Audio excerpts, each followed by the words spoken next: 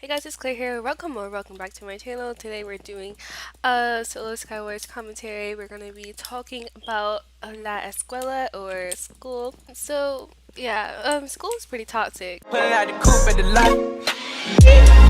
if I'm laggy. I left my computer on all night and I was too lazy to get out of my bed and turn it off, but we're still good. School is toxic, if you had to ask me. It's honestly a really toxic environment in place. People are toxic, the teachers are toxic, the students are, just everything about school is toxic.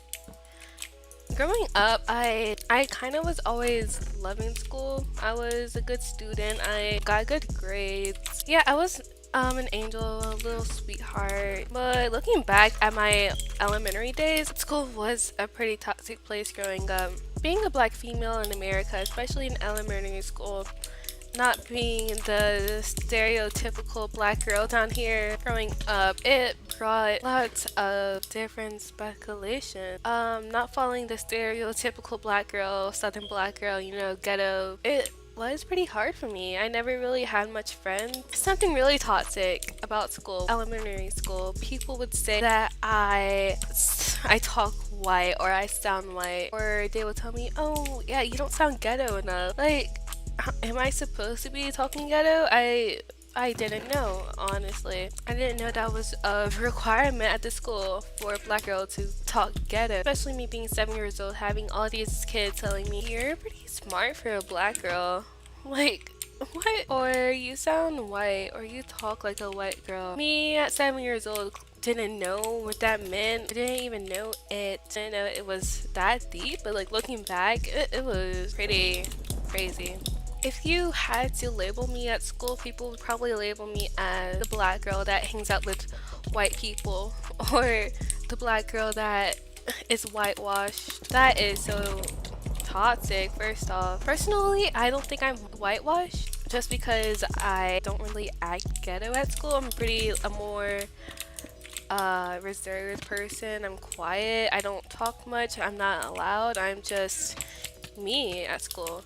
Fact that kids would point that out about you at school was low-key kind of messed up. Of course, 7-year-old me didn't know any better or didn't correct those people, but I would be so fast to correct them about that. Like, it don't make sense.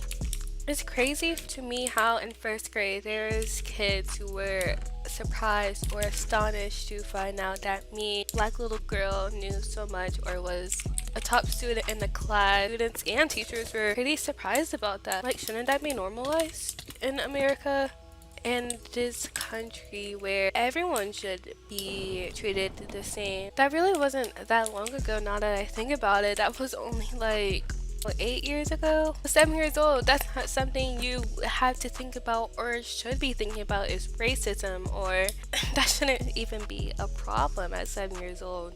Honestly, I don't think it should be that surprising that a black girl or a Hispanic girl or just any type of girl is smart. Like, shouldn't that be normalized in America? I've heard of so many people whose grandparents are still racist towards different races. They're racist towards black people or Hispanic people or Asian people, and I get that. I'm glad that our generation is more educated on different races and are more accepting of different races than any other generation there is. Anyways, back on the topic at school, I feel like some teachers were obligated to give other people opportunities so they wouldn't seem as racist. I remember I was in middle school, and I'm sorry, someone's cutting the grass outside and it's a little loud. I'm sorry if you hear that. But I applied for this leadership team at school, and sometimes I only feel like I got in because I was black, because they needed some diversity. So it wasn't like an all-white club or anything. I feel like that's the main reason why I got accepted. I also have something to back me up for that reason, because after my first year of being the leader ambassador for that team, we were able to review applications for the new people to apply. While we were looking at applications, the leader of the team, the teacher, or the chaperone, whatever you want to call it, she's a really sweet lady. I love her. She's a sweet little Christian lady, honestly really nice, and she has a good heart. But she said we're gonna accept some Mexican people. But she's like, we need to accept more races so we don't seem racist. And I'm just sitting here like, oh, like, is that the reason why I got accepted? Because honestly, my application for the thing wasn't the best. It could be 100 million trillion times better. I feel like I only got accepted because I was a minority. It made me feel weird. Like, people were surprised that I had good manners. People were surprised that I responded with yes ma'am and yes sir. I never really had an attitude with teachers or principals. And I'm like, shouldn't that be normal? I don't know why you're surprised that I'm a respectful person. There's people that are a little disrespectful, but just because I'm black doesn't mean I'm going to be the most disrespectful person ever. They would give me a smile. Teachers, they would like, oh, you're so sweet. Thank you. Like, I'm sweet. I know I'm sweet, but act surprised that I'm just being me or just being a normal, respectful student, then that's something. You know how people hit you with that, oh yeah, you're pretty for a black girl. Like, child, what?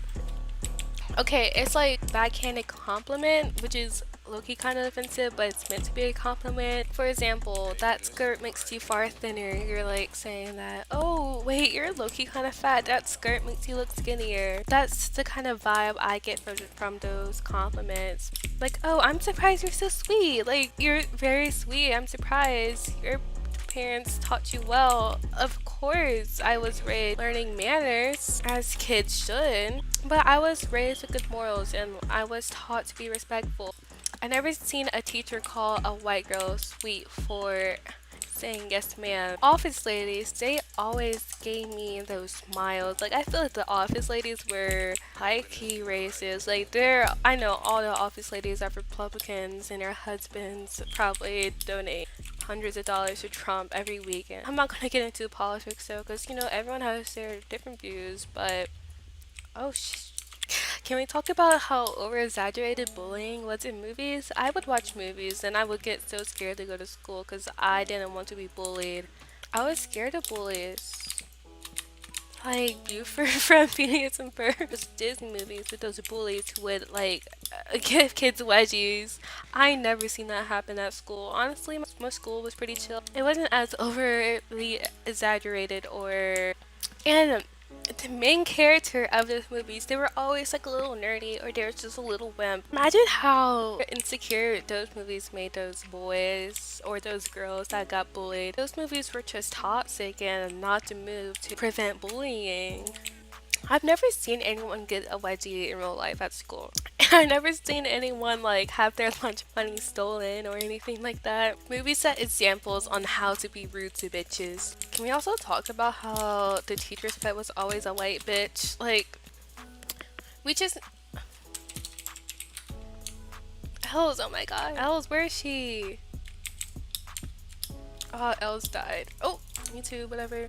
Another thing I would like to add, I feel like schools aren't teaching enough about other races. We're learning so much about white history. Every year we learn more and more about how America became a country. We learn about George Washington, Benjamin Franklin, and Franklin Roosevelt, whoever. We never really learn about Black history. Not even during Black History Month, we haven't learned much at my school at least. Recently, February, Black History Month. The only Black History assignment project I got was from my health science teacher, who is a black man. And honestly, kudos to him. I love him so much for doing that. I learned more about Black history on Twitter and TikTok than I did ever in school. Just gotta stay educated yourself on a lot of things in the world because school is not gonna teach you everything and the school system is messed up. They're not teaching you things that matter the most, and I would love to learn about more different races, Hispanic culture and Asian culture, different cultures instead of learning about the same white shit. That's just my opinion. So I want to know, how many black teachers did you guys have growing up? For me, I had my first black teacher in 4th grade, and she was honestly one of my favorite teachers. Miss C, if you're watching this, shout out to you, because you honestly are one of my biggest inspirations. I had a teacher named Mr. McCoy in 8th grade last year.